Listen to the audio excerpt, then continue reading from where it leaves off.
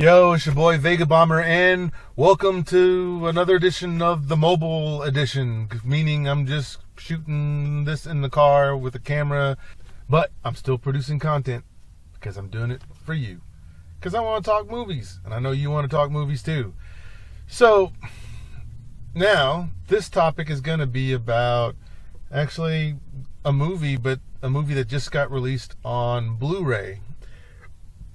And that movie would be The Last Jedi. So, yeah, if you remember looking at some of my older videos, you'll remember that I was disappointed by The Last Jedi. And really, that disappointment started a bit with The Force Awakens, but I was able to get through it.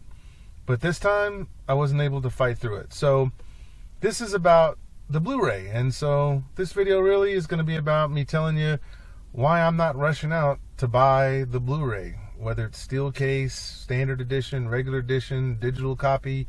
I don't really, at this point, care for either of those copies. In fact, I didn't even buy The Force Awakens, so if I didn't buy The Force Awakens and I like that a little bit better than this one, then there's no way I'm going to buy The Last Jedi. And here's why. So this isn't just to put something out there to be contrarian or anything like that at all. This is that I really just didn't enjoy this movie that much. And if you did enjoy it, hey, that's fine. Friends, family, fam, all that good stuff. It's good. Just people have different opinions, different takes on things, and so that should be okay, because that's what makes the world go around. Having differing perspectives actually makes things a little bit more interesting. So for me, no, I don't want to own this Blu-ray. I'll just buy Black Panther when it comes out, but I don't want to own this one. Whenever I do buy a Blu-ray, it's because I plan on watching it several times again, maybe even inviting friends over. We watch it. Videos sometimes are good for the rainy day that pops up and you just want something to watch. I know you can stream it off Netflix, whatever, but sometimes Netflix rolls things off and you can't find them.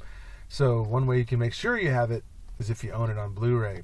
So no, I won't be buying this one on Blu-ray, and mainly because I really felt let down by a lot of the decisions in this movie, the direction, the plot contrivances. There was just a lot of things that I felt were wrong with this film when I was rooting for this film to get it so right. Because after The Force Awakens leaving everything wide open, that was going to put a lot of pressure on Episode 8 to get it right. And man, they sure tried. Rian Johnson really tried, and at some point just doing things just to subvert somebody's expectations is not enough to say that's what your story should be fueled by. I'm going to shoot the story this way because I want to stop people in real time from having an expectation of what they think this should be. So even though this is set with characters in a fantasy in the land far, far away, a long time ago, in a far, far universe far, far away, that just seems ridiculous that you would want to step outside the fourth wall, if you will, and make a movie where you just want to subvert the things that people are saying online. I mean, I think maybe that's even the first time something has been done to this extreme before. And see, what we're doing, we're not even talking about the movie. We're getting off the movie and talking about people's views towards things that's happened in the universe. No, I would have rather just tell the good story. Let us know about Rey's parentage. Let us know why Han Solo and Princess Leia divorced in the first place. We still don't know why. We still don't know why Kylo Ren hates his dad so much, or why he hated him. I mean, we got that he needed to kill him so he could prove to Snoke that he was down with the cause that Snoke was going to teach him. Because, you know, when you get a bad guy whispering in your ear and you like to be the rebel, the contrarian, you might want to be you might be tempted to go that route. But still, there's just a lot of stuff that didn't make sense, and really a lot of it was set up by The Force Awakens. But in The Last Jedi, I just can't, because I don't want to see Leia floating again in the sky, and you know, and I think that scene was just ridiculous. I don't want to see that again. To me, the better scene for Princess Leia showing her Force powers, which we all know she has them. She's Force sensitive. Return of the Jedi set that up, right? So what would have been cooler is if when the other pilots that were flying alongside of Kylo, if they fired at the ship in the control room where she was at, what would have been cooler, I think, is if Leia, once the blast hit and everything started to shatter, It'd have been cool if that would have went in slow motion and if Leia reversed it, right? Where she never gets sucked out into the deal anyway. That would have been cool. But I guess we needed her to be out because we didn't really have anything for her to do, and we needed to make sure that Admiral Purplehair had more time to sacrifice herself, even though she's a walk-on character we know nothing about, but we're supposed to just believe. It would have been better, I think, and in better taste, especially for Carrie Fisher being passed. Rest in peace, Carrie. If her last filming would have been her doing something awesome like that where she doesn't get killed, and you can explain her death some other way rather than killing her and then bringing her back with the Force. That just seems like bad mojo. And of course, they didn't know she was going to die, so I get all that, but it's ironic how it worked out. It just seems like that would have been better than having Mary Poppins Leia or Superman Leia just being dead and then all of a sudden coming back to life and then using the Force to go in. I'm sorry, I could not buy that. But even before that scene, I guess I jumped ahead of myself, was just right off the bat when Luke throws the lightsaber over his shoulder. As soon as they did that, I thought, oh boy, here we go. We're going to turn this into joke fest now. And then with Hux being trolled by Poe, and Poe's supposed to be Mr. Funny Man comedian now, that he's going to do that. Sure, he was smart aleck before, but here doing this, man, that's not how that would work. That's not how that would work at all. If Hux wants to be taken serious with all those people on that ship, he has to have an attitude of no tolerance for BS. And he should have just said, shoot that fool down. Now. Of course, I'm using our language. We should have said, fire when ready. Right?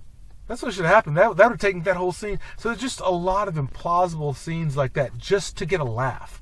Which is why it didn't work in Force Awakens, when just to get a laugh, we got to put Captain Phasma, back in the, into the garbage cell, because, that's what happened before in New Hope, so we have to go back to that joke again.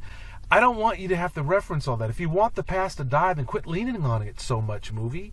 If you want the past to die, quit leaning on all the nostalgia and all the old stuff to begin with. Go on with it. Tell your story. Do something new. But you say, let the past die, yet you keep leaning on it. So, again, there's so many contradictory things.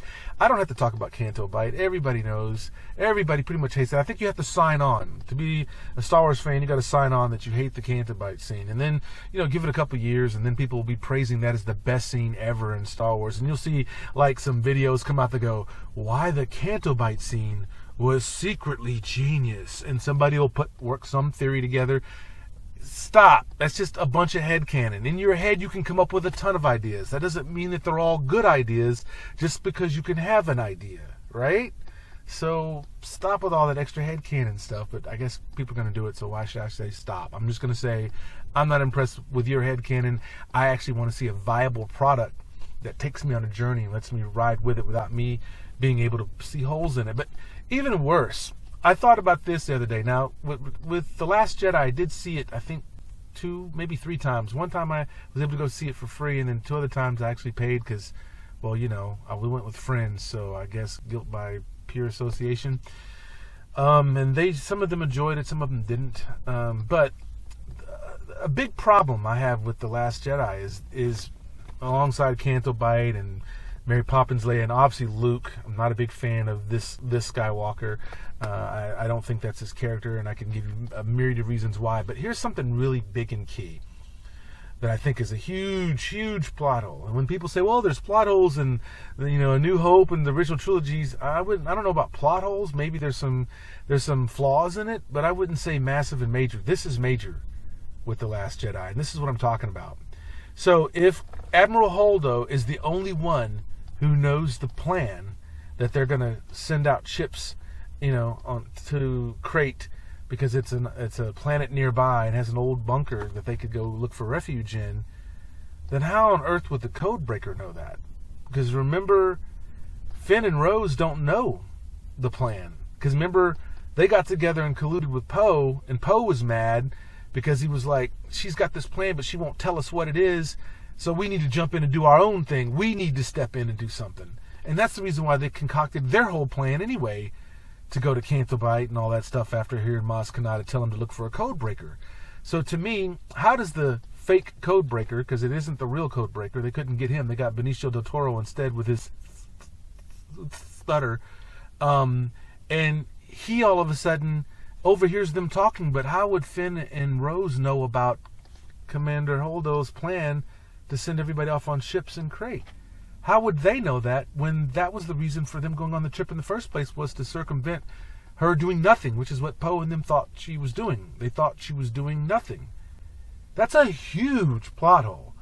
So the codebreaker knows to sell them out on some plans that he wouldn't know about, because neither would Rose and Finn know about it. So what he overheard Rose and Finn talking about, it wouldn't have been Holdo's plan. Because if they knew that that was Holdo's plan, then why would Poe still be mad about that? He was mad because he didn't think she had a plan. Remember?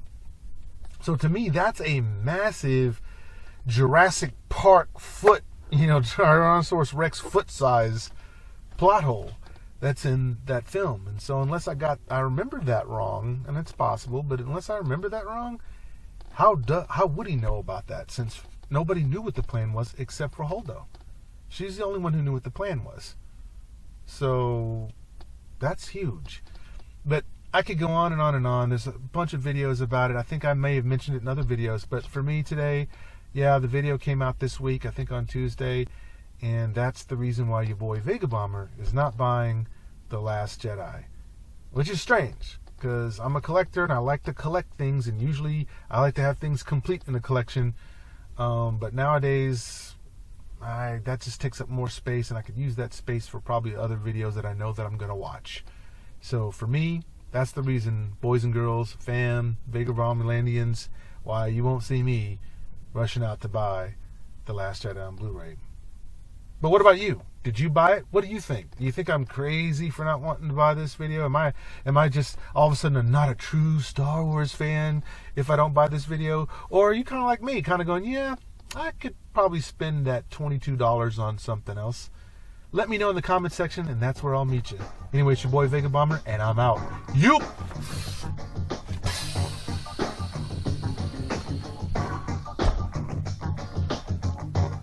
Full steam ahead.